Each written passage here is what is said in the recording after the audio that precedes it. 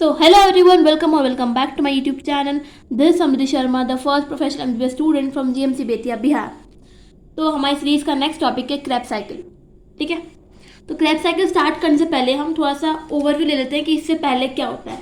तो देखो, रेस्पिरेशन में क्या होता है, ग्लूकोज का ऑक्सीडेशन होता है, आइदर पार्शियल और कंप्लीट. ठीक है, अब पार्शियल हो या फिर कंप्लीट हो, एक पाथवे तो यूनिवर्सल रहता है, दैट इज ग्लाइकोलाइसिस.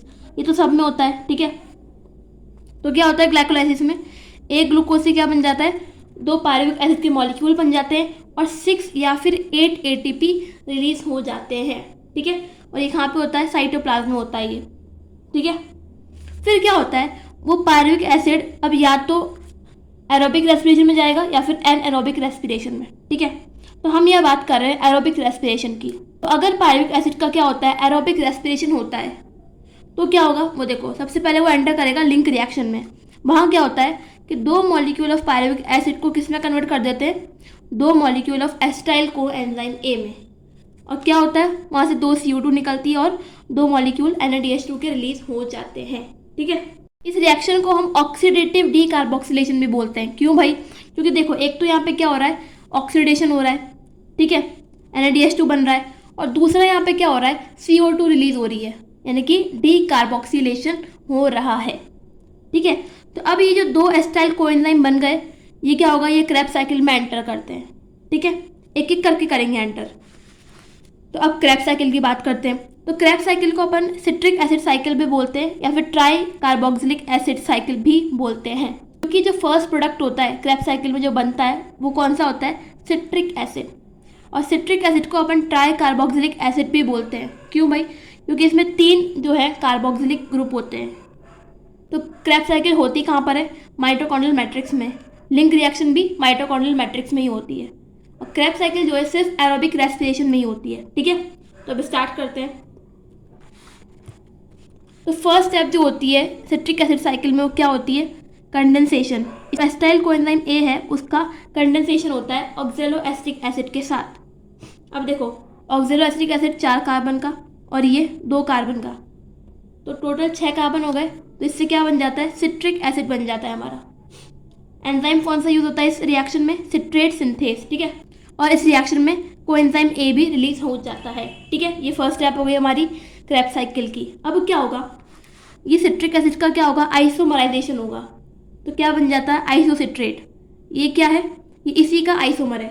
ठीक है ना, दोबारा क्या होगा, ऑक्सीडेटिव डीकार्बोक्सिलेशन होगा. ठीक है, तो ये किस में कन्वर्ट हो जाता है, अल्फा कीटोग्लूटाइक एसिड में. ऑक्सीडेटिव डीकार्बोक्सिलेशन मतलब ये ऑक्सीडाइज होगा, क्या बन जाएगा, NAD प्लस से NaDH2 बनता है. ठीक है, एक तो ये ऑक्सीडेशन हो गया, दूसरा क्या होगा, डीकार्बोक्सिलेशन, यानी कि CO2 रिलीज होगा. अब ये 6 कार्बन का कंपाउंड था, इसमें से एक CO2 रिलीज हो गया, तो कितने कार्बन बचे, 5 कार्बन. तो 5 कार्बन का कंपाउंड बन जाता है अल्फा कीटोग्लूटाइक एसिड. ठीक है, अब क्या होगा, अब दोबारा ऑक्सीडेटिव डीकार्बोक्सिलेशन होगा. तो दोबारा वही ऑक्सीडेशन होगा तो NaDH2 बनेगा, और डीकार्बोक्सिलेशन होगा तो एक CO2 रिलीज होगा. अब 5 कार्बन का कंपाउंड था ये, इसमें से एक CO2 रिलीज हो गया, तो अब क्या होगा, 4 कार्बन का कंपाउंड बन जाएगा, कौन सा, सक्सिनाइल को एंजाइम ए. ठीक है, अब क्या होगा, ये सक्सिनाइल को एंजाइम ए किस में कन्वर्ट हो जाएगा, सक्सेनिक एसिड में कन्वर्ट हो जाएगा. तो जब ये कन्वर्जन होगा तो GTP का फॉर्मेशन होता है. तो जब GDP से GTP बनता है तो साथ ही साथ में कपल्ड रिएक्शन होती है, उसमें क्या होता है, ADP से ATP बन जाता है. ठीक है, यानी कि इनडायरेक्टली बोला जाए तो ये है कि जब ये रिएक्शन होती है तो एक ATP का मॉलिक्यूल बनता है हमारा, दैट्स इट. और इस रिएक्शन को हम क्या बोलते हैं, सबस्ट्रेट लेवल फॉस्फोराइलेशन. तो डायरेक्टली क्वेश्चन पूछ लिया जाता है कि भाई क्रैब साइकिल में कौन सी रिएक्शन सबस्ट्रेट लेवल फॉस्फोराइलेशन होती है, तो वो ये वाली रिएक्शन होती है. क्यों, क्योंकि इसमें ATP का फॉर्मेशन हो रहा है. ठीक है, अब ये 4 कार्बन का सक्सेनिक एसिड किस में कन्वर्ट हो जाता है, फ्यूमेरिक एसिड में, वो भी 4 कार्बन का है, कोई CO2 रिलीज नहीं हो रही यहाँ पे भी, तो कार्बन सेम, बस इसमें क्या होगा, एक FADH2 सिंथेसाइज हो जाता है. ठीक है, फिर क्या होगा, फ्यूमेरिक एसिड से क्या बन जाएगा, मैलिक एसिड, ये भी 4 कार्बन का होता है. ठीक है, फिर क्या होगा, मैलिक एसिड से क्या बन जाएगा, ऑक्जेलो एसिटिक एसिड, ये भी 4 कार्बन का होता है. और इस रिएक्शन में क्या होगा, एक NADH2 का फॉर्मेशन हो जाएगा। ठीक है, तो अगर देखा जाए तो अगर हम यहाँ पे एक एसिटाइल कोएंजाइम A लेंगे तो उससे 3 तो NADH2 बनेंगे, एक FADH2 बनेगा और एक ATP बनेगा। ठीक है, तो देखते हैं कैलकुलेशन यहाँ पे, यानी कि इन 1 टर्न ऑफ TCA साइकिल या एक एसिटाइल कोएंजाइम A से 3 NADH2, एक FADH2, एक ATP बन रहा है। 3 NADH2 मतलब 9 ATP, एक FADH2 मतलब 2 ATP और ये एक ATP ये रहा। तो यानी कि एक एसिटाइल कोएंजाइम A से 12 ATP क्रेब्स साइकिल में बन रहे हैं।